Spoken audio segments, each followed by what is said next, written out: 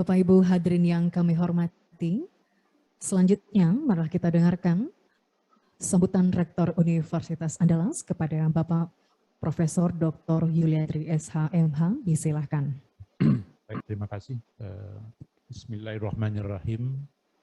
Assalamualaikum warahmatullahi wabarakatuh. Ya, alhamdulillah wa syukurillah, asyhadu an la ilaha illallah wa asyhadu anna Muhammadar Rasulullah. Allahumma sholli ala Muhammad wa ala ali Muhammad. Yang sama-sama kita hormati Bapak Profesor Dr. Adi Wijaya, Rektor Telkom University dari Bandung. Selamat datang Pak Adi. Kemudian beliau sampaikan ini Pak Ahmad, ya, begitu kan, teman-teman seperjuangan. Tapi beliau alhamdulillah baru kali ini ke UNAN, walaupun sudah juga beberapa kali. Alhamdulillah untuk itu kami atas nama keluarga besar UNAN selamat datang lagi kepada Prof. Adi yang telah menyediakan waktu dan juga berkesempatan mengunjungi kampus UNAN yang kalau kami sampaikan Pak Adi, dari segi total luas kampus ini Pak Adi ya, itu lebih kurang sekitar 500 hektar, tapi kemudian yang baru efektif kita manfaatkan adalah sekitar 250, karena sebagian itu sengaja kita tidak tidak gunakan untuk pembangunan, tapi itu adalah lahan-lahan yang kita gunakan, ada yang untuk praktikum, ada yang untuk pengembangan prodi dalam arti kata tempat praktik lain, dan juga ada lahan-lahan labor alam yang kita punya itu sesuai dengan prodi yang ada di kita. Alhamdulillah tentu kita tetap senantiasa menyampaikan puji dan syukur kepada Allah Subhanahu wa taala, karena pada siang hari ini kita ada dua agenda pokok sebetulnya. Pertama, penandatanganan MOU dalam upaya kita untuk mengembangkan berbagai hal yang terkait dengan misi dan tujuan utama dari setiap perguruan tinggi, terutama adalah pengembangan dari segi tridharma perguruan tinggi.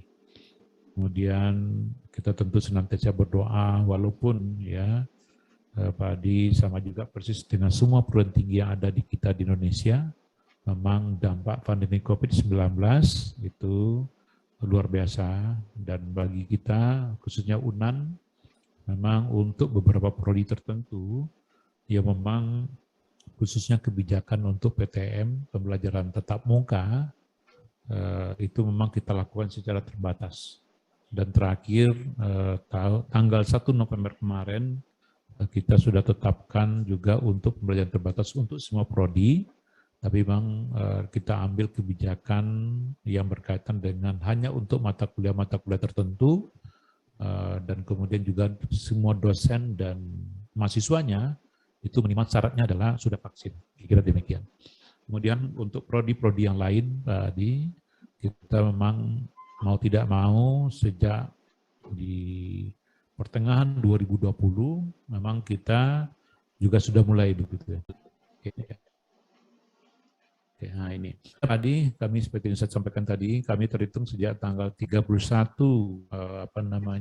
Agustus yang lalu UNAN termasuk PTNBA yang ke-13 tadi.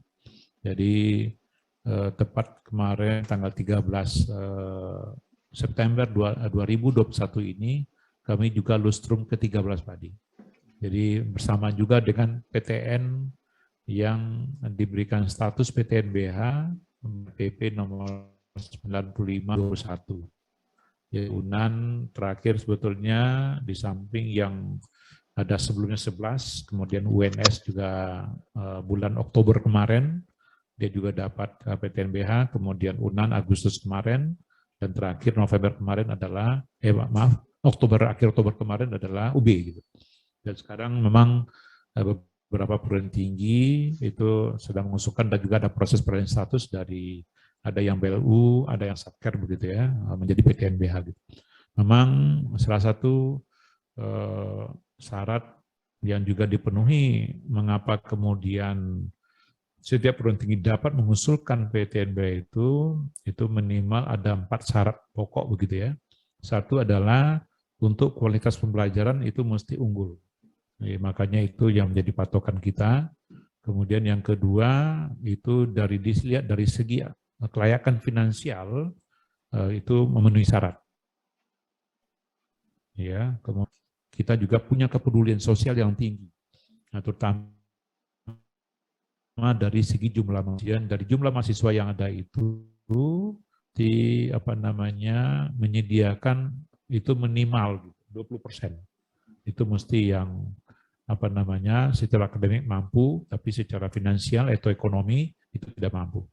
Kemudian juga punya kontribusi besar di dalam kebijakan untuk pembangunan nasional. Nah, makanya Padi kalau boleh saya katakan untuk UNAN karena sudah 65 tahun, 65 tahun begitu ya, memang alumni tersebar demikian rupa dan kemudian juga untuk pengembangan silakan sama perusahaan. Makanya alhamdulillah setelah proses panjang yang kita lakukan, akhirnya UNAN ditetapkan statusnya berubah menjadi PTNBA. Sekarang baru 14 begitu Pak Di. Jadi mulai dari ITB, kemudian juga UNPAD, kemudian juga UGM, kemudian ITS, UI, kemudian juga UPI. Di Bandung itu ada 3 kan. UPI juga masuk, USU, di Sumatera itu baru ada 2, USU dan UNAN. Oke, lanjut. Nah, ini memang ini dokumen-dokumen dulu. Jadi kita ini yang kita siapkan, terutama berkaitan dengan proses yang berkaitan dengan usulan ini. Ini semuanya sudah clear. Lanjut. Ya. Oke. Nah ini kami memang Pak Adi khusus untuk salah satu UNAN punya keunggulan itu mulai dari 2020 sampai dengan 2019 itu dilihat dari segi capaian prestasi, kami memang fokus di penelitian Pak Adi. Jadi UNAN itu fokus di penelitian, dan alhamdulillah untuk penelitian kami memang sempat 2018 dan juga 2020 ranking 4 untuk penelitian. Tapi memang kemarin karena semua perguruan tinggi juga dilihatkan seperti klaster kemarin. Nah, kami termasuk klaster utama untuk perguruan tinggi, fokus untuk PTNBA itu kita menjadikan perguruan tinggi kita adalah sebagai riset university, nah, sehingga ini juga menjadi bagian yang kita kembangkan. Karena pada waktu kami mendiskusikan untuk usulan perubahan UNAN menjadi PTNBA itu, nah, salah satu target adalah mana unggulan yang utama. Maka kita kembangkan melalui kelas yang itu juga menjadi target. Nah ini bertahap. Karena memang untuk work class itu juga secara tantangannya besar sekali gitu. Makanya itu menjadi bagian kita. Lanjut. Ya, next. Oke. Ini RPJB kami, mungkin singkat saja ini. Oke. Kemudian lanjut ya, lanjut. Oke. Kemudian juga kemarin ini ya, tadi ya, ada yang webometrik. Nah, kita sempat juga peringkat 8, kemudian impact rank-nya juga ada. Ya, excellent rank-nya juga ada gitu. Tapi memang ini target kita yang kadang-kadang tidak semua, ini tergantung juga kadang-kadang. Nah, ini makanya Telkom itu di atasnya UNAN gitu ya. Nah, tetangga di UNAN. Nah, mau nanti kita juga minta minta ya perbandingan apa ya mungkin nanti. Lanjut ya. Oke, ini skor juga klaster kemarin 2020 UNAN 13, kebetulan yang ini lanjut ya.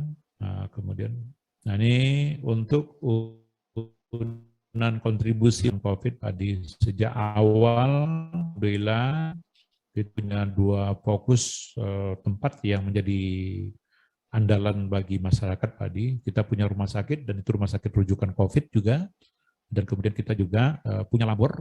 Yang labor itu mulai dari punya labor kita adalah labor itu di bawah Fakultas Kedokteran, kita sebut namanya dengan Pusat Diagnostik dan Riset Penyakit Infeksi FK, itu sejak tahun 2020 tepatnya waktu awal COVID sampai dengan data terakhir kita itu sekarang sudah lebih 1 juta itu testing PCR di labor kita. Nah, dan ini betul dengan kondisi awal-awal dulu kita betul-betul diharapkan betul oleh masyarakat, terutama di laboratorium. Kemudian sampai dengan data September kemarin juga Pak Adi, itu kita, rumah sakit kita sudah menangani pasien COVID itu sekitar 1.500. Ya, 500. Dan ini memang ada juga pasien-pasien yang karena apa namanya ada meninggal juga memang tidak bisa dihindari. Tapi dalam bentuk lain kita juga punya kontribusi melalui pengabdian, dia juga kontribusi kebijakan, ya. Kemudian juga prestasi mahasiswa, alhamdulillah kemarin pada waktu ada namanya untuk mahasiswa kita menjadi juara 1 kemarin, dan itu baru pertama kali UNAN jadi juara 1 gitu. Gitu. Kita mengalahkan IPB dengan ITB itu tadi. Jadi UNAN juara 1 di dalam coba yang Reva ya. Reva sebentar mana tadi itu? Yang nasional juga. Yang kedua terus slide bawah berikut. Oh ya Reva. Nah ini sorry yang tadi betul. Yang tadi Reva. Jadi sih bukan yang itu, bukan yang di slide itu paling bawah. Oh, oke. Ini masalah yang oke ada. Nomor 15 betul. Mas jadi pres kemarin dan itu adalah apa namanya kemarin itu UNAN nomor 2-nya IPB nggak salah saya, ITB PPB sorry. Dan terakhir adalah itu. Dan ini adalah sekarang mahasiswa-mahasiswa yang dari mahasiswa berprestasi ini itu sekarang dikontrak 1 tahun Pak Di oleh Dikti melalui Direktorat Belmawa pembelajaran itu untuk menjadi semacam apa ya karena sekarang mendampingi ada jadi misalnya ada sosialisasi tema-tema tertentu untuk kegiatan mereka diganti-gantikan gitu kan. Nah, kira demikian. Lanjut. Ya, ini yang kondisi kita yang tadi konsekuensi dari apa namanya di total beasiswa kita dari mahasiswa kita itu bidik misi itu 4.000 kita dapat 2021. Kemudian KIP kuliah juga demikian. Kemudian afirmasi kita dapat juga di Papua Barat. Saya nggak Telkom dapat nggak itu. Kita wajib juga nih. Ada juga yang adik dan juga UKT itu. Nah, jadi TN non APBN kita juga dapat. Apa namanya ini kewajiban kita kalau untuk beasiswa begitu kan ini merupakan bagian yang harus kita terima sebagai konsekuensi dari perguruan tinggi negeri gitu. Nah, itu kira-kira Pak Adi semacam apa full di dalam ini sama juga dengan apa? Karena ini Pak Ahmad, ini Pak mantan kepala FPTK juga nih Pak. Gitu. Makanya beliau tahu persis bagaimana melakukan pengembangan dan kita betul-betul untuk semua sistem sekarang apalagi UNAN dengan peralihan status itu betul-betul IT menjadi bulan kita. Tapi kita juga masukkan dan itu mungkin Pak Adi, saya terima kasih. Mudah-mudahan dengan MOU yang kita lakukan hari ini itu tetap terjadi kita untuk bersama-sama mengembangkan sistem pembelajaran terbaik untuk anak bangsa, apalagi sekarang dengan kebijakan MBKM, perkiraan kita juga. Jadi inovasi apapun juga yang kita lakukan, nah, kami ingin sampaikan juga untuk hilirisasi, nanti mungkin hadir juga nih Kepala LP2M ya, kami memang punya hilirisasi riset, itu kita punya STP, Science Technopark, yang itu menjadi unggulan kita. Dan itu salah satu yang pada waktu sebelum menterinya Bambang Brojonegoro habis masa jabatan, beliau sempat meresmikan Science Technopark kita, dan itu menjadi unggulan kita untuk membantu pengembangan produk-produk masyarakat melalui apakah itu usaha kecil menengah atau mungkin usaha menengah ke atas dan juga kerjasama kolaborasi kita dengan berbagai perusahaan besar. Nah, sehingga perguruan tinggi menjadi pilar di dalam mengembangkan sistem Science Technopark kita, terutama hilirisasi riset yang semuanya banyak dilakukan oleh dosen kita dan juga kerjasama dengan yang lain. Nah, demikian. Itu mungkin saya nanti mohon berbagi juga sekali lagi sampaikan Pak Adi, mudah-mudahan juga dengan beberapa binus ya itu menjadi kiblatnya pengembangan IT gitu kan. Karena kiat-kiat bagaimana mengembangkan, dan itu banyak kita belajar, dan juga saya dapat informasi terakhir, ya semuanya demikian. Makanya teman-teman pernah juga dibanding ke BINUS dan yang lain untuk mengembangkan sistem IT yang terbaik dalam pengembangan pembelajaran ke depan.